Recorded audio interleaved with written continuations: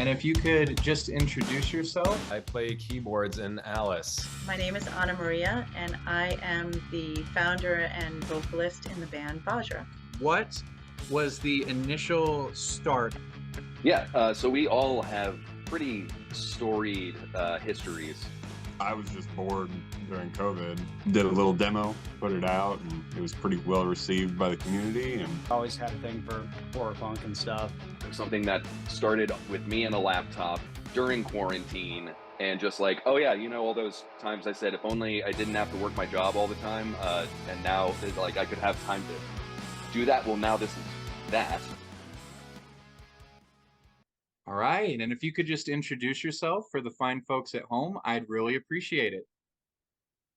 We're Boogeyman. I'm Jason Payne. I'm Ryan Zomer. I do the vocals and I write the melodies. And I play guitar and I write the songs.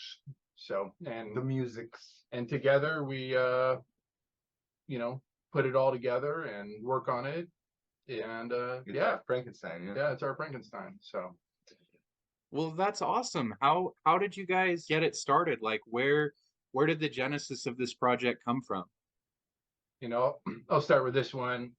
So Jason and I were in another band called the Sanitation Squad, which is more kind of like a crossover metal punk rock sort of thing. I wrote a song which is now called The Dead Are Here. We called it Gone, but it certainly was not a Sanitation Squad song, but it was fun. It's kind of 3-chord punk rock. And I sent it over to Jason. It's like, hey, just do some vocals on this anyways. We just like to do music in general. And so Jason was more than happy to do it. He laid down the vocals and sent it back. And was like, this is great. Let's do some more, And so we just ended up kind of doing more songs. And then it ended up being one of those things where, we decided, kind of mutually that we wanted to make it our own story. So, a lot of others, they'll look to like movies, Friday the 13th or what have you, and pull, inspiration from that. We wanted to change it up a little bit by having our own kind of like written story. And so Jason, he wrote the whole story. We actually ended up putting it to book. One of our writer friends, he lent his writing skills to really kind of like flesh it out. And actually that's what this is right here. And so we got the Boogeyman book here. And so we've just been on this path really ever since. And so it's been quite the journey. I do have to say, are you a fan of Danzig? Yeah. So when the Devil's Angels leaked on the internet, that song, it was like the first sounding thing that Glenn did that was like Misfitsy. This guy heard it and he was just like, I have to do some music like this, bro. And so we were like, all right. So that we were kind of inspired by Devil's Angels as well. Absolutely. Like we want to get in there and do that. Just we were playing very Iron Maiden-y harmony guitar music, and we were like, we need to get to our roots and do some woes and do some no, that's definitely true. Some major key stuff. I'm glad you mentioned that, because that was to me that's like the newest Glenn Danzig Misfits song out there, if you will, and so at that point it's just kind of like, oh, I really like that. And then the whole idea of that Skeletons project that he did, kind of doing controversial project. It sounds, we like Evil Eye. We think it sounds great. So you can put us in that category. Not big production guys. Yeah, but it ended up being one of those things where it's just kind of fun to show the influence on your sleeve. And, and that's kind of how we set out. I think we've deviated from that quite a bit now.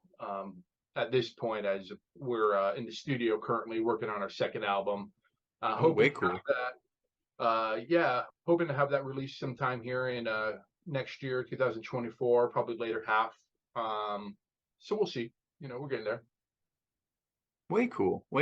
So you guys mentioned that you had played in other bands previously. How long have you guys been musicians? How long have you been either playing together or just in general? Together, I would say 10, 12 years. More than that. Well, I used to play live gigs with his other band, but we weren't playing. We played together at live shows, but not making music together. But it has been over a decade at this point. I personally have been playing music since I was 13 years old.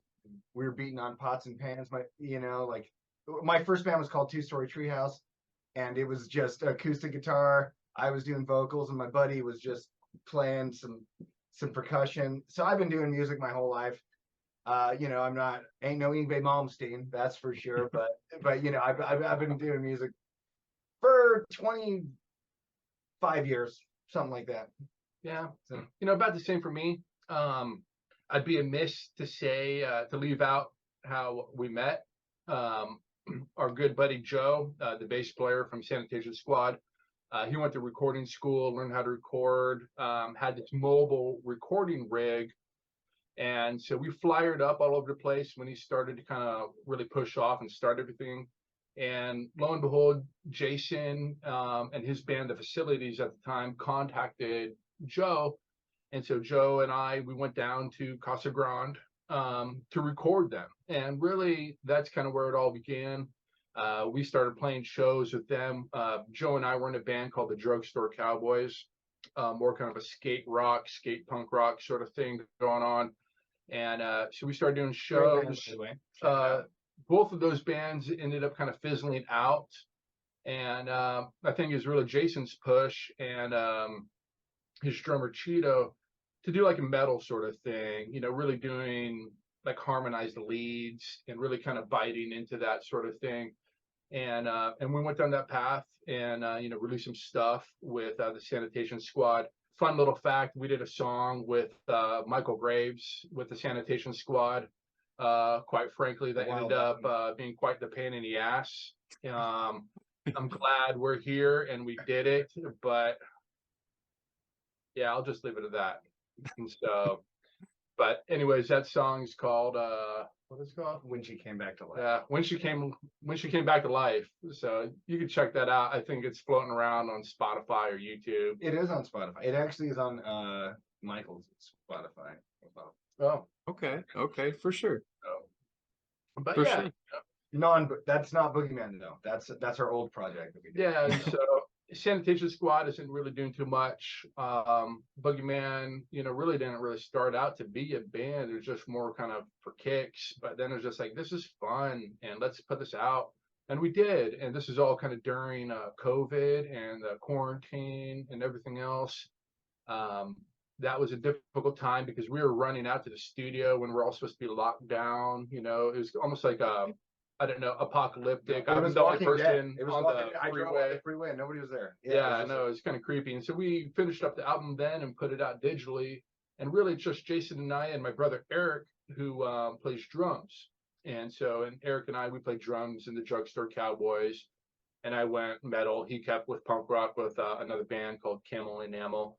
And here we are now. It just so happened we put it up digitally and people seem to enjoy it, and which is great. We're just trying to have a good time and crank out the best stuff we can, and really that's kind of the end of it there, and so, but yeah, it's been good run so far. Oh yeah. Well, that's way cool. One of the things that I have said since I was very young, when I started getting into music, same thing, around 13 or 14 years old, that was when I really started, getting into it, is that I always felt like the bands that brought in metal, like whether consciously or subconsciously, metal players that choose to play punk music play better punk music, in my opinion. They understand harmonies better, they understand like leads better, they understand songwriting better, but they also are like, hey, we're chill guys, let's have fun and just go for it. And so that's one of the things I really appreciate about your guys's like sound overall. I did pick up on the harmonized leads in some of the songs on the later half of your album. Sure. And I was like, I hear it. I hear like, like these guys know what they're doing. I didn't know you guys played metal before, but like now that you said that connection's clear to me. I also noticed you guys played some other instruments. I don't know if you guys played it themselves or you had other musicians come in, but I believe on the album I heard you guys playing harmonica, and I remember distinctly a piano. I want to say either a bridge section or a solo that I thought was really cool because it didn't feel like janky and out of place. It felt like it should be in that part of the song. Oh, well, good. I played the keyboards on the album. The harmonica is a kind of a local legend around these parts. He Yeah. is he Grammy nominated or something like that? No, well, he's like local blues legend guy. Yeah. He owns a venue here in town called the Rhythm Room. His name is Bob Cortor. Great dude. You know, I called him up, not knowing the guy, and I was just like, hey, you know, can you help us out? Because he did some tracks with another friend's band. And he said, sure. And he shows up with this like suitcase and he opens it up and it's all these harmonicas and like effects pedals. And it's just like, wow, this is beyond me. This guy certainly knows what he's doing. And he's like, all right, you know, I've heard the song, you know, I got really kind of two different ideas. And he played them both. And one of them was, you know, slam dunk. Let's go with that one, Bob. He was there with us for about half an hour, in and out. It was like a take. Yeah. Just like a bum, bum, bum, bum, bum, bum, bum. It was like, get him, Bobby. Bob's great. Yeah. Well, that's awesome. Like like one of the things about your guys' songwriting, and I want to actually like transition to that into that, I think, is like you guys have a real strong sense of melody and songwriting. Like punk rock can be an excuse to be like so at the craft of like music writing for some people. And I tend to like stay away from those bands like when I'm listening to them. Not that some of the songs can't be fun and catchy, but I really appreciate people and that are good songwriters, like solid songwriters. And knowing now that you guys like where the source material comes from, because I was looking for like what movies were inspiring you guys and everything like that. I didn't know before I came into this that you guys wrote your own book. That is crazy cool. So not only did you wrote your own source material, but then you wrote lyrics about your source material on top of that, which is crazy cool. And you guys wrote you know, all these cool melody and lead lines, and like everything just kind of fits in this cool package. So with that in mind, I guess what are some influences on your guys' sound that like brought you to where you are? What bands like inspired you specifically for this project that you want to like pull, or that you were pulling from? So lyrically, for me, I knew when we started this that we definitely are both just misfits dweebs, and we wanted to do that unabashedly. But for me, I am an unapologetic King Diamond nerd, which I know is a very acquired taste for a lot of people. But and that's where the whole story, and he is wild. He does great with his characters. His vocals are an acquired taste. But for me, King Diamond was just for some reason, that part of my life like blew me away. You know, I know some people will find it odd or something, but for me, that was a huge influence. And I love the 90s Misfits, you know, I love the 90s Misfits as well. I love the 80s. I love all the Misfits. I love, you know, all that stuff. But basically that, you know, that's what for this project was my thing. Yeah, you know, and I would definitely echo that as well. Jason and I, we go hang out and we grab all our Misfits records and sit in a dark room and rock out. You know, that's, you know, how we do. Yeah, but you know, the thing for me too, when it came to especially like writing these songs, because I knew I needed to write things that kind of weren't always like the same thing, not always like dark and scary. Maybe this part of the story needed to be upbeat and bright. I really tried to span, you know, those different emotions by maybe using different keys or modes, or maybe even breaking theory sometimes in order to do so. You know, another band that I've always really loved growing up, and I think, you know, people don't really talk about them all too much. I'm going to say two, but like TSOL with like Dance With Me, loved that through and through. I might be letting the cat out of the bag here. One thing, dude. But here, hold on. And TSOL is lost backwards. I never knew it. I'm sorry. It is. Okay. True Sounds of Liberty though as well. Okay. I'm sorry, buddy. But so on our second album, we ended up covering Dance With Me, and so we're excited to have that come out. But another band too, and these bands aren't maybe like horror punk like all the time, or even a quarter of the time or whatever, but Agent Orange, Living in Darkness. Love that sort of thing. But you know, there's also big inspiration from like Typo Negative, even stuff for me only Depeche Mode. It probably kills Jason to hear me say that. For him only. But you know, I also come from a lot of industrial background. I love Skinny Puppy and Frontline Assembly, KMFDM, you know, that sort of thing. I really like ambient, atmospheric sort of things, and I think we really try to dial that in when it comes to the synth or the keyboard, namely organ parts that we have, you know, background productions. yeah, you know, and that's where we wanted to kind of take things almost like Pet Cemetery. You know, I feel like Ramones don't get enough credit for as much as they actually do. Yes, at the core, it's 3-chord songs, 4-chord songs, whatever. But there's organ, there's piano, there's this, there's that, there's other production aspects going on. They got like 50. They're doing straight up quite a classic bit, songs. you know, at that point. And I really like that. And I really wanted to lean into that. Murder City Devils, they're inspirational as well. I just loved how raw and mean, but then with the wicked organ going on, love it. Love it, love it. So, you know, and that's just musically. We pulled a lot of inspiration too from like Stephen King. We both love the Dark Tower series. Among other things, H.P. Lovecraft, you know, story I always loved, Pickman's Model. I don't know, like, we're not real gory guys. We like suspense and we like the darkness, and that's where We're more we into live. literature than film. Like, you know, Yeah. we're not. You know, we like Yeah. that stuff too. Like one of my favorite horror movies is Event Horizon, you know, because I just Yeah. loved how it was like a possibility, almost like using science to find to rip yourself into hell, you know, and oops, you know, you know, and yeah, that was kind of a gritty movie there too. And so, but yeah, you know, a lot of inspiration all over the place, you Yeah. know, and so Yeah, I listen to a lot of progressive music. I love music from the 70s. I love Rainbow, Ronnie James Dio, stuff like that. And so, you know, it's just, we love rock and roll. Our hearts are pure. For sure. For sure. For sure. What I'm curious about now is what other inspiration, I think we touched on it a little bit.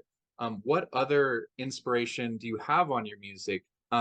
Mainly aesthetically, because horror punk in part, yes, it's about the music, but it's also like a general vibe. So I'm curious, what drew you to and inspired you to write the story that you wrote, first of all, and then to base the music off of that?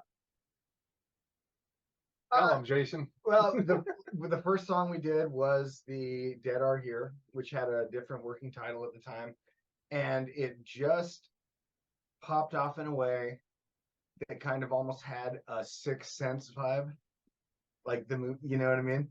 Not that the story is fully that, but there is a large element of the whole this kid seeing the dead thing. So oddly enough, M. Night Shyamalan probably had a little something to do with that. I would say Stranger Things as well.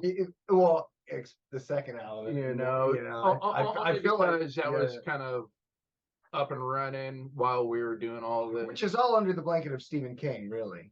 It's Mhm. all Yeah, you know, so we're definitely influenced by that. You know, aesthetically, you know, it's interesting to ask because that's something that we have, you know, discussed and had, you know, conscious debates over. And we were never setting out to go like paint our face or do anything along those lines. You know, we wanted to have like a uniform look, you know, and so as we fleshed out the live band, and we're a 6-piece band now, you know, I wanted everyone to have like wearing like black slacks and a collared shirt. I wanted it to be almost like you're showing up to a funeral. And that is kind of how the story kicks off here. You know, our protagonist, his grandfather dies and we're at his funeral, and he goes further into that, you know, but I kind of wanted to bring like that somber but also elevated look where, you know, in the punk bands before and the Sanitation Squad before, you know, it was like a jeans or shorts and black t-shirt sort of number, and that was all good and fine. We love that. But Boogeyman also kind of started out as almost like an experiment where I wanted to kind of try out some other things that I wouldn't do with the squad at the time. just to kind of see how that they would work. You know, and so far so good. You know, ultimately at the end of the day, I think all we really care about is, are you having fun? Is this a good time? It doesn't matter how shreddy the solo and is. we want to you be taken know. on the journey, like the stories that inspired us. Right, exactly. You know, and so as these stories have impacted us, you know, we wanted to kind of turn it around. I think there's a big aspect. I don't think Jason and I have ever discussed this, but I think there's a big aspect of like giving back when it comes to this. Music like this, as dark as it is, and I mean like all the inspirational music, in some ways it's just very like cathartic and freeing in that way. I don't know. I think a lot of people that do like this sort of music have some sort of like touch of like depression or some sort of like overarching darkness that they try to deal with. That is definitely the case for me, and I'm not trying to go down that road necessarily, but it's something that I feel like there's a comfort there, even though it seems like maybe other people would think, how the hell is this comforting to you? It's so dark and morbid and gory or whatever. And it's like, well, if you know, you know. And if you don't, It's well, you well, don't. So that's the thing, right? It's like blues music's the same way, right? So like old school blues, like there's a heaviness and a somberness to it, no matter if the songs are danceable or not, that people relate to. And I think that's what some good music is it's like, hey, you're not alone, right? Like other people feel this stuff and they're indeed. here with you. And you know, I see that as like a carrying on of the tradition. The real roots of rock and roll is blues, and bringing all that up to today. I think that's really cool. It's kind of interesting. We used to, when I was a kid, we used to make fun of country music and be like, oh, you lose your dog, you lose your, and then, but when you think about it, that is the blues, right? So it is like the reason people relate to somebody like George Strait, who my wife loves. I don't necessarily, but it is that whole thing, right? It's like, oh, I lost at the rodeo, and all that stuff. Are there any bands that you guys either have played with or are going to play with that you would like to shout out at this time? Any bands that you think deserve special spotlight or recognition? You know, I would say there's two in particular, or three even, and this is really from the show that we just recently played. There's some other horror punkers here in Phoenix, sweating it out with us, like the Rejected Monsters, in memory of. Those guys are quite impressive, and Skeleton Army. Yeah, and it was fun to play with Skeleton Army. The singer of that band, we went to high school together. I haven't seen this guy in ages, and so it's kind of fun to reconnect with Daniel.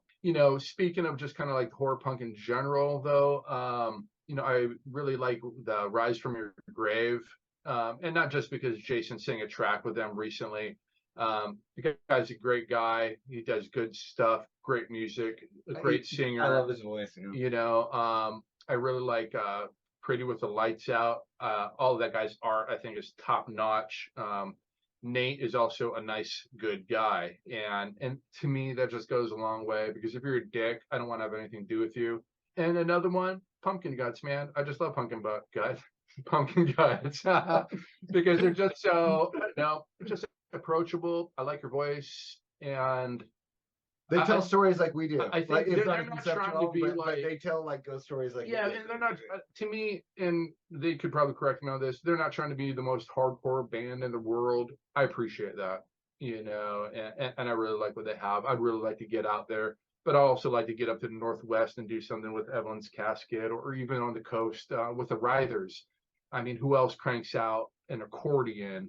Those guys are pretty damn original, and I respect that. And so that's what you do. We've never spoken to these dudes. I think silent horror is one of my favorites, but I'm also like I said, a huge 90s Misfits guy. But silent horror, I would love to do something with them if they would like to do a guest vocals on the album, or vice versa. I would definitely love to play a show with silent horror. I think that's pretty awesome. So like I've been secretly scheming to try to put together some Phoenix show because I recently learned, I think the singer of the Rosedales lives here in town. And I'd love nothing more to have a show with the Rosedales, Calabrese, and Zombies than just, kick out the dark jams with all those guys. I think it'd be a fantastic time. Heck yeah. I really like them all. Everyone I think has something to add and contribute here that is wholly unique and original unto themselves. And I don't know. I do think there's something happening here where horror punk as a collective whole is growing. And I think we can keep going further if we, at the risk of sounding cheesy, stay united and keep pushing forward together. So, Absolutely. Absolutely. Keep to the faith. I want to say this.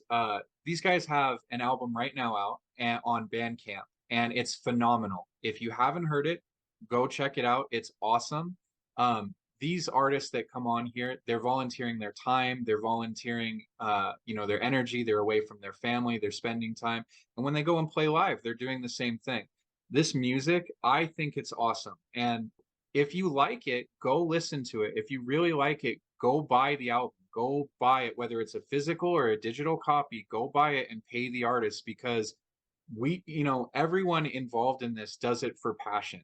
But at the same time, passion can be expensive, and you need to help self-fund these artists. We need to build this scene, and the only way to do that is if you spend the money on the music to help them continue to grow it. They may make the music forever just on passion, but it makes it a lot easier, and they can get into the studio a lot quicker if they have that fan base coming in and supporting them. So if you have the ability and time to do it, go check them out on Bandcamp. Go check them out anywhere else they are, and make sure they get the plays, likes, anything like that. And if you can buy the record or any merch from them, please do, because I know personally, as a amateur musician myself, it means a lot to me when people do. So go support these guys. They're awesome, and they're one hell of a band. I think you'll really like them if you give their music a chance. Is there any socials or any events you guys want to shout out? Right now we're in the midst of booking some shows right now that are still up in the air. And so we have maybe like 2 or 3 coming up here that we're trying to figure out. Other than that, we're in the studio recording our second album. We've written a lot of material past that. We're thinking about doing an EP after the second album. Jason and I are hungry. We're so hungry, we don't even know what to do with ourselves sometimes. Oh, yeah. And we write a lot of songs that none of you have heard. But, yeah. I would say, if you want to actually dive into what the project is about, there's no, it's kind of a separate entity, but it's the same. This book is our album right here. It's called The Devil Song, illustrated by Monster Mark. And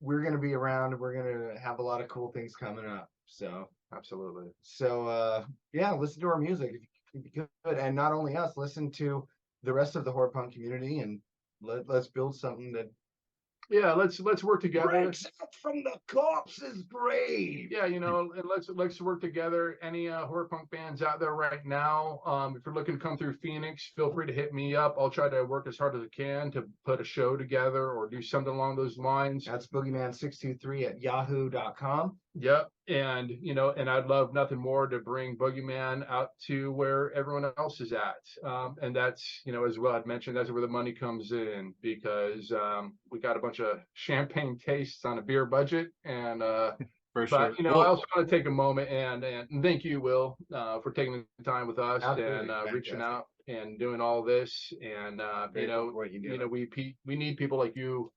It's a collective effort. It's not just bands, it's fans, it's people doing the podcasts and the interviews and the whole line. So thank you. Thank everyone else. I think we should probably, like we were talking earlier, give a shout out to Dan. I mean, I think Dan did a lot. Absolutely. Hey, Dan, we're all grateful for the work that you put in. Yeah. Beyond just, bands and everything else, Dan, stand-up dude. I'd also like to give a shout out to Volker with Diddley Distribution. He went out on a limb and trusted us, and we're forever indebted to our relationship with Volker and Dan. Thank you, brothers. Appreciate you. With that in mind, hey guys, again, thank you for coming on the show. I really appreciate it. It's been great having this conversation with you, and I hope to see good things from you guys going forward, and I hope to have you guys on in the future. Absolutely. Thank you, Will. Have a good one. All right. Thank you so much for staying to the end of the episode. I really appreciate it. My name is William Hamilton, and I've been the host of this episode of Heartfelt Horror here on the Heartfelt Horror Media Network channel. We really do appreciate you guys staying to the end of these videos. While you're here, if you wouldn't mind leaving a like on the video, subscribing to our channel, leaving a comment down below, these little things really do go a long way to helping us, get our name out there and get our show out into the algorithm so other people like you can find us. So if you wouldn't mind doing that, we'd really appreciate it. Also, if you're looking for other ways to support the show, we have a Patreon. The link for that is going to be down here. You can copy that into the search bar and you'll find our page. Our Patreon is for $5 a month. For $5 a month, you're going to be able to help us buy all sorts of new equipment. You're going to help us be able to save up for different kind of developmental processes that we're going to be using to bring you new and different kinds of content besides these interviews. So if that sounds like something that interests you, please consider it. Again, it'll be $5, and the link to the Patreon is going to be down there below. So thank you so much for your time, and have a nice day. Bye. And if you hear it too, I won't be so